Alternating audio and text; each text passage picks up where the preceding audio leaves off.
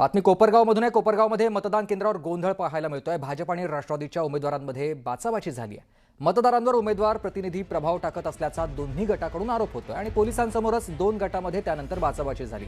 पोलिसांनी हस्तक्षेप करत दोन्ही गटांना मतदान केंद्रापासून दूर नेलंय आणि मतदार प्रतिनिधी आणि पोलिसांमध्ये यामुळे शाब्दिक चकमक झाली। कोपरगावमधल्या एसजी महाविद्यालय या ठिकाणी मतदान केंद्रावर काही काळ तणावाचं वातावरण निर्माण झालेलं होतं। मतदान केंद्राच्या परिसरात दोन्ही गटाच्या समर्थकांची मोठी गर्दी जमली आहे।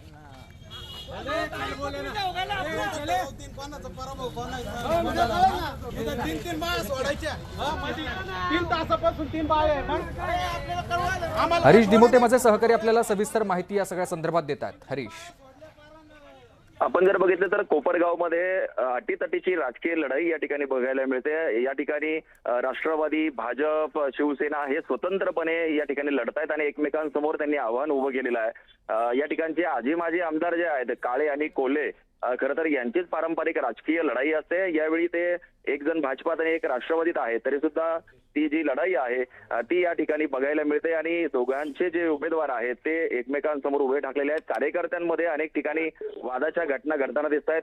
गोकुळचंद विद्यालयामध्ये मतदान सुरू असताना जे कार्यकर्ते आहेत किंवा उमेदवार आहेत हे आतमध्ये आलेले होते आणि राष्ट्रवादीच्या लोकांनी आरोप केला की भाजपचे लोक मतदारांना वर प्रभाव टाकतायत आणि त्याला राष्ट्रवादीला मतदान करायचं आहे, मात्र ते भाजपला मतदान करून घेत आहेत, अशा प्रकारचा त्यांचा आरोप सुरू झाला। एकमेकांची बाचाबाची सुरू झाली।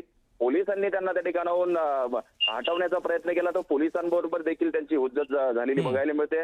पोलिसांनी आता त्यांना मतदान केंद्रापासून बाहेर काढलंय। ते ऐकण्याच्या मनस्थितीत नव्हते, एकमेकांवरती सगळे धावून येत होते।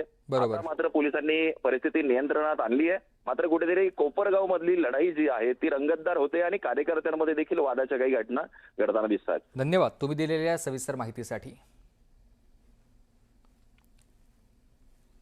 बातमी